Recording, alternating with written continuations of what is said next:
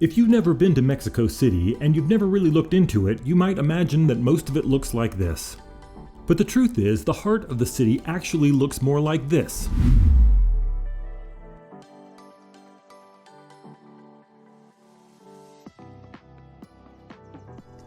I'm Roger from PriceOfTravel.com and I'm back in Mexico City. In this video, I'm going to show you why I think Mexico City is very underrated by most people and that Mexico City is one of the most affordable of all of the world-class destinations.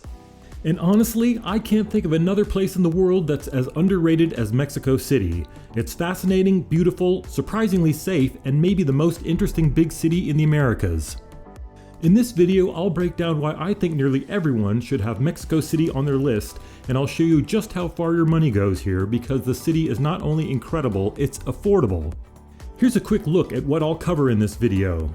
The main neighborhoods you should explore, where to stay and how much it costs, the top sites and things to do, mouth-watering food and drink options including that legendary street food scene, what the weather's like and the best time to visit, and of course how safe it really is here.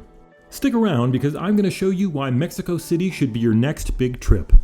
Just a quick overview to get started, Mexico City is home to over 9 million people and nearly 22 million in the metro area, making it the largest city in North America. And if you're anything like me, that probably makes you picture something chaotic, jammed with overcrowded streets, pollution, and non-stop traffic. But what you'll actually find in the heart of the city is the opposite. Gorgeous, low-rise architecture, tree-lined streets, and more huge green parks than just about any other major city I've been to. Some of the neighborhoods here honestly remind me of places like Austin, London, or Berlin, with a bohemian vibe, stylish boutiques, and great cafes, bars, and restaurants on every block. I'll show you a bunch of prices in this video and you'll see how easy it is to visit on a tight budget, but honestly, even with a bit more to spend, you can treat yourself to an amazing experience here for way less than in most big cities in the US or Europe.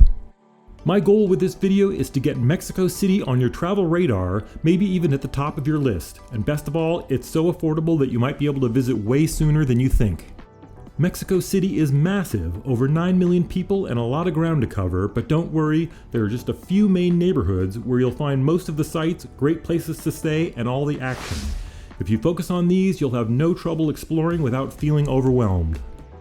The historic center, Centro Histórico, is where Mexico City's story really began.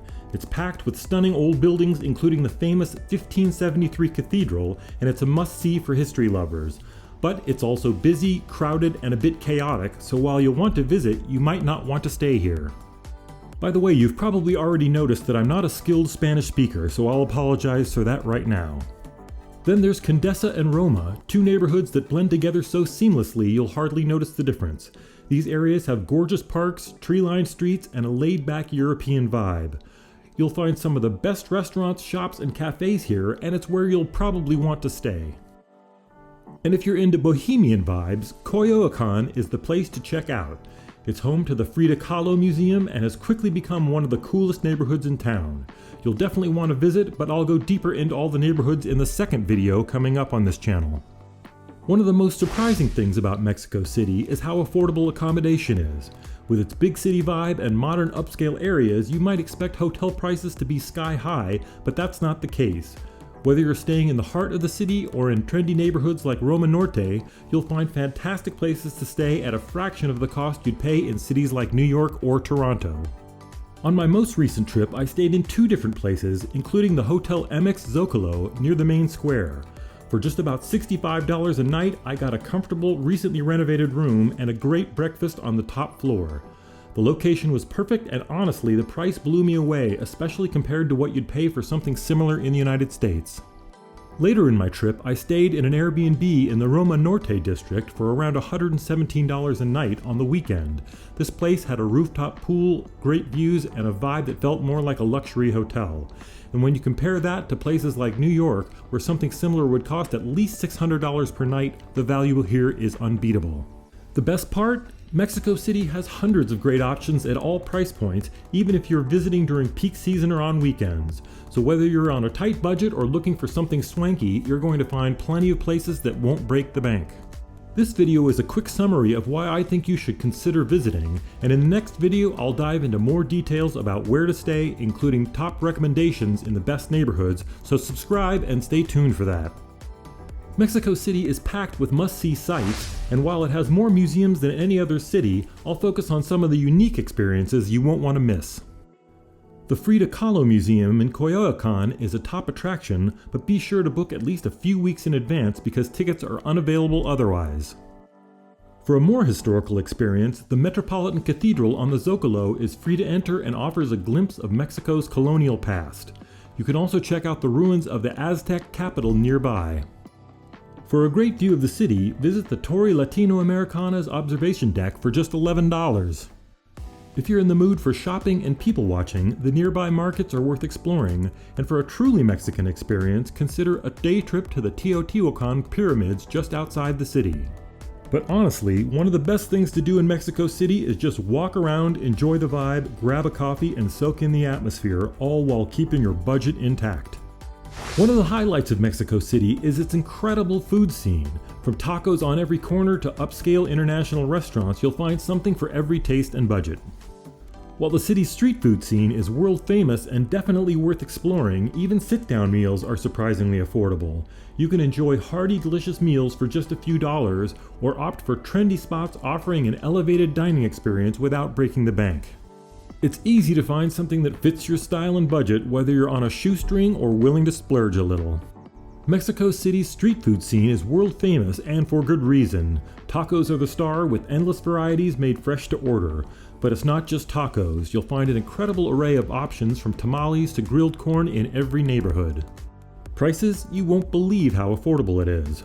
Most tacos are between $1 and $1.50 each, but some spots even offer tacos for as little as 50 cents. It's easy to find food in the morning, afternoon, and late at night. I'll dive deeper into the best street food options in the second video, but trust me, it's one of the highlights of visiting the city. Mexico City has fantastic weather for most of the year.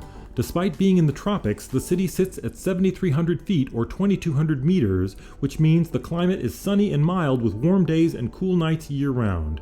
Here's a chart showing the average temperatures and monthly rainfall.